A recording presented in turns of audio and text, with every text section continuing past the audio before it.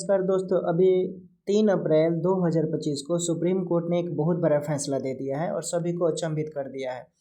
ये फैसला आपको जानना बहुत ज़रूरी है क्योंकि कई ऐसे केस सरकारी नौकरियों के अभी सुप्रीम कोर्ट में चल रहे हैं और इससे उसमें कितना बेनिफिट मिलेगा या नहीं मिलेगा, इस वीडियो को देखने के बाद आपको मालूम चलेगा। तो वीडियो को ज़रूर देखिएगा और लास्ट तक बने रहिएगा। पूरा समझने का प्रयास कीजिएगा क्योंकि आपके भाग्य का फैसला है। सुप्रीम कोर्ट ने जो फैसला दिया है, हजारों लोगों के दिल पर झटका लगा है। कहीं आप भी उसमें तो शामिल नहीं हैं। देखिए, सुप्रीम कोर्ट ने बताया कि चयन प्रक्रिया में अनियमितता होने पर कब पूरी प्रक्रिया रद्द की जा सकती है। 4 प्रमुख उसने बोला है। मैंने इसको हिंदी में कन्वर्ट कर लिया है। जो भी जजमेंट है, ये पूरा जजमेंट है। हम आपको बताते हैं बारी बारी से और इसका मतलब भी समझाएंगे। सुप्रीम कोर्ट ने एक हालिया फैसले में स्पष्ट किया है कि किसी भर्ती या चयन प्रक्रिया में यदि गड़बड़ी या अनियमितता पाई जाती है तो पूरी चयन प्रक्रिया कब रद्द कर दी जाएगी या कब रद्द कर सकती है सरकार। इसके लिए 4 प्रमुख उसने सिद्धांत दिया है। अब देखिए, पहला उसने बोला कि प्रक्रिया में गंभीर और मौलिक खामी यानी कमी हो, ठीक, तब किया जा सकता है। यदि चयन प्रक्रिया में कोई ऐसी गलती हो जो प्रक्रिया की निष्पक्षता और वैधता पर सीधा असर डाले तो पूरी प्रक्रिया रद्द की जा सकती है प्रक्रिया के मामले में। ठीक, इसमें स्पष्ट हो गया। दूसरी बात में उसने कहा है कि सभी उम्मीदवारों के साथ समान व्यवहार न हो। मतलब अगर चयन प्रक्रिया में कुछ उम्मीदवारों को अनुचित लाभ मिला हो या कुछ के साथ भेदभाव हुआ हो तो यह प्रक्रिया भी निष्पक्षता को प्रभावित करता है और इसे रद्द किया जा सकता है।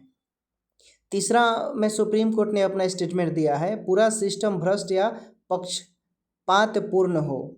यानी अगर यह प्रमाणित हो जाए कि पूरी चयन प्रक्रिया में भ्रष्टाचार हुआ हो, धोखाधड़ी हुआ हो या किसी की मिलीभगत हुआ हो तो ऐसी प्रक्रिया में भी ये कायम नहीं रखा जा सकता, यानी रद्द किया जा सकता है। चौथा में उसने स्टेटमेंट दिया है कि गलतियों का असर चयन के नतीजे पर हो, यानी यदि अनियमितता से चयन परिणाम प्रभावित हुआ हो और योग्य उम्मीदवार बाहर हो गए हो। यहाँ पॉइंट वाली बात है, समझिएगा। योग्य उम्मीदवार, योग्य किसको मानते हैं? जो परीक्षा में पास हो जाए, जो मेरिटधारी हो, तो प्रक्रिया को रद्द करना उचित होगा। समझ लीजिए। अब निष्कर्ष यहाँ क्या निकलता है, ये पश्चिम बंगाल पर सुप्रीम कोर्ट ने फैसला दिया है दोस्तों कि सुप्रीम कोर्ट ने कहा कि चयन प्रक्रिया को रद्द करना अंतिम और गंभीर उपाय होना चाहिए। हर छोटी गलती पर प्रक्रिया नहीं रद्द की जानी चाहिए, लेकिन अगर उपरोक्त समझिए, उपयुक्त चारों में से कोई स्थिति बनती है तो न्यायालय पूरे चयन को रद्द कर सकता है अगर चाहे तो। इस फैसले का नाम और केस डिटेल भी दे सकता हूँ, ये माननीय जज साहब ने कहा। ठीक, तो ये फैसला पश्चिम बंगाल एसएससी पर सुप्रीम कोर्ट का फैसला था। पूरी चयन प्रक्रिया दूषित थी। सुप्रीम कोर्ट ने 2016 में पश्चिम बंगाल एसएससी द्वारा की गई 25,000 नियुक्तियों को रद्द करने के निर्णय को बरकरार रखा है। इसको मैंने हिंदी में अनुवाद किया है। सुप्रीम कोर्ट ने एक अहम फैसले में कहा है कि 2016 में पश्चिम बंगाल स्कूल सेवा आयोग द्वारा की गई लगभग 25,000 कर्मचारियों की नियुक्तियाँ अवैध और भ्रष्टाचार से ग्रस्त थी, इसलिए इन्हें रद्द करना सही है। अब सुप्रीम कोर्ट के प्रमुख बातें जान लीजिए। कोर्ट ने कहा कि पूरी चयन प्रक्रिया टेंटेड यानी दूषित और पक्षपातपूर्ण थी। पक्षपात समझते होंगे, यानी एक तरफा। नियुक्तियों में भर्ती नियमों और पारदर्शिता का गंभीर उल्लंघन हुआ था। प्रक्रिया में बड़े पैमाने पर घोटाले, फर्जीवाड़े, अनुचित लाभ की बातें सामने आई थी।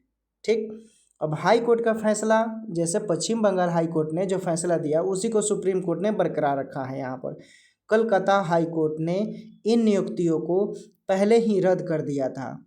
ठीक, सुप्रीम कोर्ट ने हाई कोर्ट के फैसले को बरकरार रखते हुए कहा है कि जो पूरी प्रक्रिया ही गड़बड़ है, अनियमितताओं से ग्रस्त है, तो किसी एक व्यक्ति के योग पर विचार नहीं किया जा सकता है।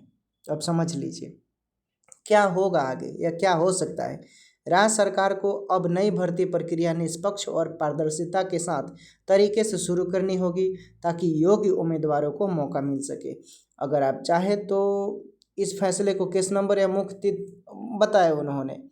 अब देखिए, अब सुप्रीम कोर्ट ने 3 अप्रैल कलकत्ता हाई कोर्ट के उस फैसले को बरकरार रखा जिसमें 2016 में पश्चिम बंगाल स्कूल सेवा आयोग यानी एसएससी द्वारा ली गई थी परीक्षा लगभग 25,000 शिक्षकों और गैर शिक्षक कर्मचारियों की नियुक्तियों को रद्द कर दिया था।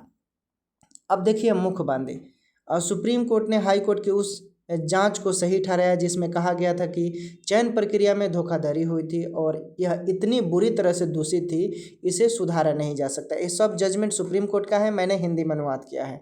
कोर्ट ने माना कि पूरा चयन तंत्र ही विश्वास योग्य नहीं रहा और यह न्याय, निष्पक्षता और नियमों के खिलाफ था। इसलिए सुप्रीम कोर्ट ने कोलकाता हाई कोर्ट के फैसले को पूरी तरह सही और आवश्यक बताया और नियुक्तियों को रद्द करने के आदेश को बरकरार रखा। इस फैसले से यह साफ संकेत मिलता है कि अगर किसी चयन प्रक्रिया में व्यापक स्तर पर अनियमितता और भ्रष्टाचार हो तो उसे न्यायालय द्वारा पूरी तरह रद्द किया जा सकता है, भले ही बड़ी संख्या में लोग प्रभावित हो। अगर आप चाहें तो वही बात है।